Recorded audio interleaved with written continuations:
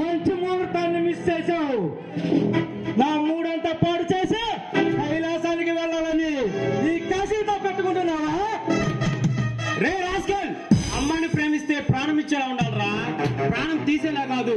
మనసిస్తే మరణం దాకా వెంటుండాలి, కానీ మానభంగం చేయకూడదురా. సంస్కారం లేని శంకర్ జాతి పశువా? ఎవరా నువ్వు? ఈ కాశీ అంటే ఎవరో తెలుసా? ఈ కాశీ మనసు పెద్ద ఆడదాన్ని కన్నా అనుభవించకుండా కన్నేసిన అందాన్ని ఖచ్చితంగా కోరిక తీర్చుకోకుండా వదిలిపెట్టారు.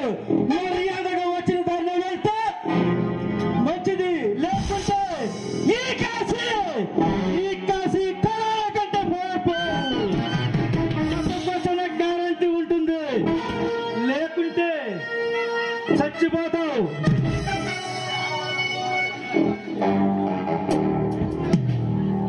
ఆడవాళ్ళ మనసు మల్లెపువ్వు లాంటిదిరా. దాన్ని ముక్కలు ముక్కలు చేసి మానభంగం చేయాలని చూస్తే ముక్కలు ముక్కలుగా నరుగుతున్న కొడక్క.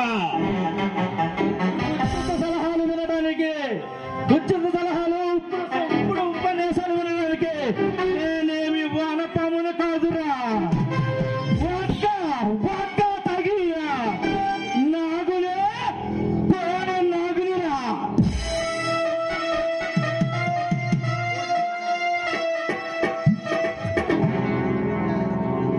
నీ రక్తం కళ్ళ చూడక ముందే ఈ కాశీ కంటికి కనిపించకుండా పారిపో,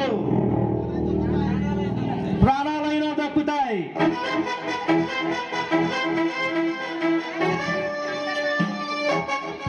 లేకుంటే నిన్ను అడ్డంగా నరికి ఈ ఎదురులోని మోసగలకు తిరుగులేదని నిరూపిస్తా. నువ్వు మగాడివా? మదమెక్కిన మద పిశాచివిరా. ఈ కాశీ ఎవరో తెలుసా? కాశీ ఎవరో తెలిస్తే నీ గుండె జారిపోతుంది. వారం రోజులు జ్వరంతో జాగారం చేస్తావు. నిన్ను చూసి, నీ బలాన్ని చూసి, నీ బలగాన్ని చూసి బెదిరిపోయే పీక గుండె కాదు ఈ బలాన్ని. సృష్టించిన మాలాంటి ఏకాంతులకు సవాలు విసిరే నీలాంటి చెలరేగ సింహమైనా మా చేతుల్లో మట్టి కావాల్సిందే. నీ చేతిలో చావడానికి నేనేమి చేతకాని సింహం కాదురా. నీలాంటి రాక్షసులు అంతం చేయడానికి ఆదరించిన సింహాన్ని.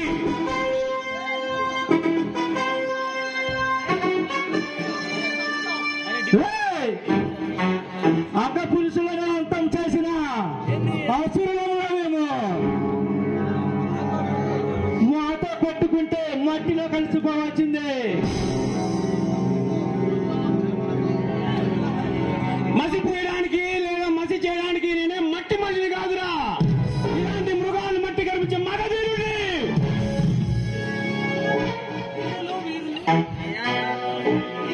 ధీరులు, వీరులు, సూర్యులు అన్న పదానికి చెప్పట్టిన చెన్న శాసులు మేము. చెడుగుడు సతరంగమే కాదు, ఈ శాల చూసిన ఆట మొదలు పెట్టక ముందే పారిపో.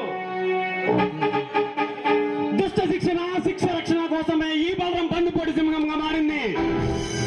నీలాంటి విర్రవీగిన వజ్రాయుధాలను వాళ్ళ కాటికి పంపించిన నాగుని నాగునిరా. మాతో పెట్టు కత్తులు వాటి మొదలు పెట్టక ముందే పారిపో. నేను గాని కత్తి చూస్తే నిన్ను కాపాడడానికి పైవాడి తరంగా కాదు. సరైన సమరంలో దిగుతుంది. ఎలా ఉంటుందో చూపిస్తా రా.